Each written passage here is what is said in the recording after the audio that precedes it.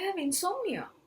A lot of people are pondering upon that. Before you conclude anything, I would ask you a very simple question. Are you not being able to sleep at night? Or you're not being able to sleep at all? In case you're not being able to sleep at night, but during the day you can take short naps, you are waking up late, you're dozing off now and then, you're more or less lying down and doing your work, in that case you're resting.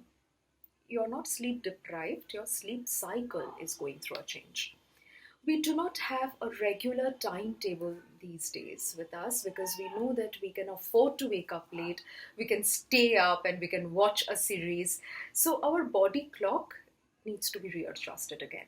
Don't worry, it's quite possible. You have to gradually bring back some routine.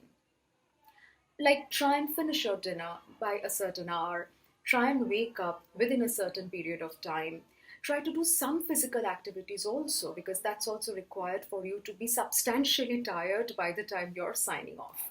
So these are some small changes that you can bring in your daily schedule, and perhaps the sleep cycle related problems can be resolved.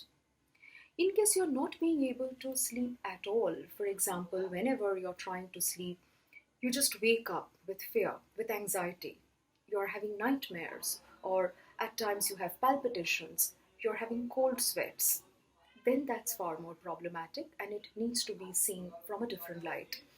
In case we are not being able to sleep at all, that means some part of our brain is constantly worrying about a danger. Let's say when we know that something fatal may happen, our brain would not let us sleep because it will want us to be alert, aware, so that once the danger comes, we can combat.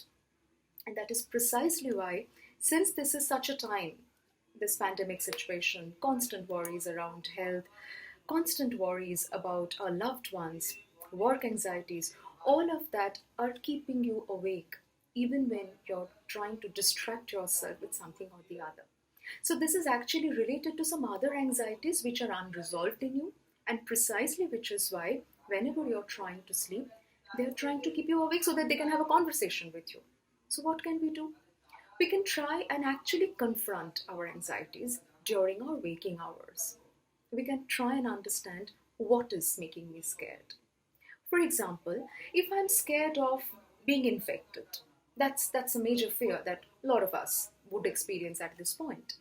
Now, let's understand in this fear which are the areas that I can control.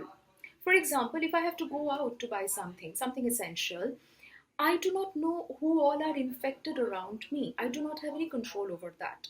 But I can take my own safety measures so that I am not infected. So, by thinking about these strategies, by doing things which are under your control, maybe you can control your anxiety as well. You can reduce your fear to some extent. And that can also help you to fall asleep at nights. Because if you have an unfinished dialogue with your anxiety, trust me, it will come back in some form or the other. So at this point, we can try and reduce our anxieties. We can also take professional help. A lot of professionals are also available to guide you in terms of handling your anxieties. You can also do that so that finally you can be free from your fears, particularly when you're trying to sleep or you're trying to do something where you have to focus your attention.